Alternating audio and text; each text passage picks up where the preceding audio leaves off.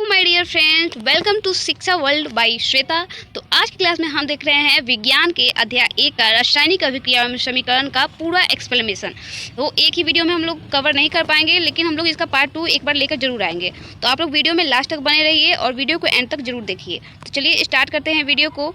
तो सबसे पहले हम लोग इसका एक्सप्लेनेशन जान लेते हैं कि इस चैप्टर में हम लोग को क्या क्या पढ़ना है। तो यह अध्याय रसायन विज्ञान यानी तो इसमें हम लोग को फर्स्ट टॉपिक है रासायनिक अभिक्रियाएं यानी केमिकल रिएक्शन। तो केमिकल रिएक्शन में हम लोग क्या क्या पढ़ना है, चलिए देख लेते हैं। जब एक या एक से अधिक पदार्थ मिलकर एक नए पदार्थ बनाते हैं जिनके गुण पहले से अलग अलग होते हैं तो इसे रासायनिक अभिक्रिया कहते हैं। चलिए इसको बहुत अच्छी तरह से समझना है, तो हम लोग उदाहरण के द्वारा इसको समझने की कोशिश करते हैं।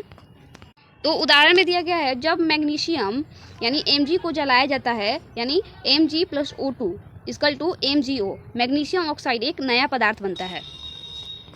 रासायनिक अभिक्रिया के संकेत कौन कौन से होते हैं, इसको भी हम लोग देख लेते हैं। तो रासायनिक अभिक्रिया होती है तब क्या होता है, रंग में परिवर्तन आता है, गैस का निकलना, तापमान में परिवर्तन और छेप बनना, अवस्था में परिवर्तन। अगला हम लोग का सेकंड नंबर टॉपिक है रासायनिक समीकरण। रासायनिक समीकरण यानी केमिकल इक्वेशन। चलिए इसको भी हम लोग परिभाषा के माध्यम से समझने की कोशिश करते हैं। रासायनिक अभिक्रिया को प्रतीकों और सूत्रों के माध्यम से लिखना रासायनिक समीकरण कहलाता है। तो इसको शब्दों में हम लोग समझने की कोशिश करते हैं। तो शब्दों में यहाँ पे लिखा हुआ है magnesium plus oxygen = magnesium oxide, यानी इसको रासायनिक समीकरण में कैसे प्रतीत कर सकते हैं, तो Mg + O2 = MgO।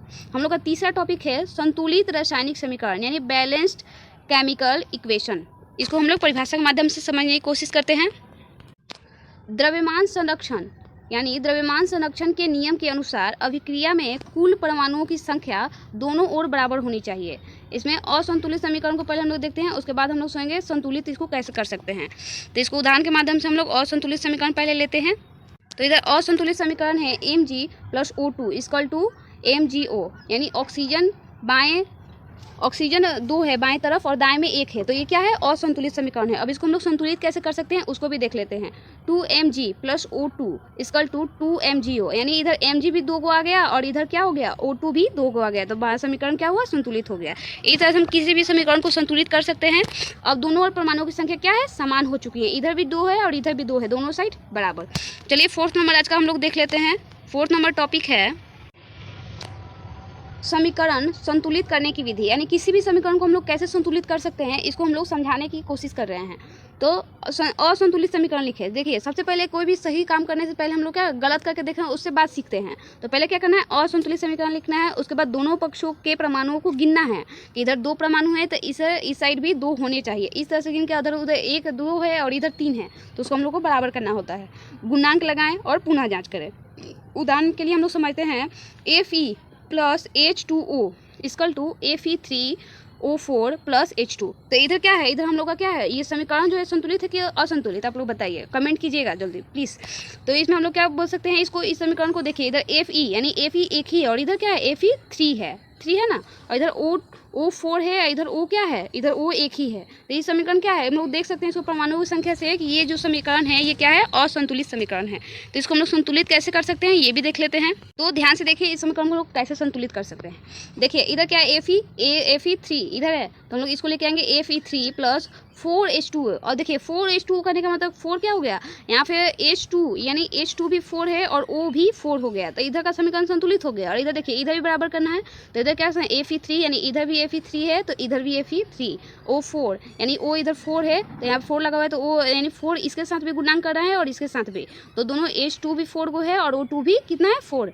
इधर भी देखिए 4H2 यानी इधर भी 4H2 है तो इधर भी 4H2। अब ये दोनों समीकरण क्या है, बराबर है, इसलिए क्या है, समीकरण संतुलित समीकरण है।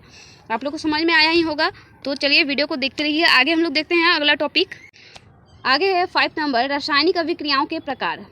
तो रासायनिक अभिक्रियाएं सामान्यतः 2 प्रकार की होती हैं, जिसमें से पहला है संयोजन अभिक्रिया यानी कॉम्बिनेशन रिएक्शन।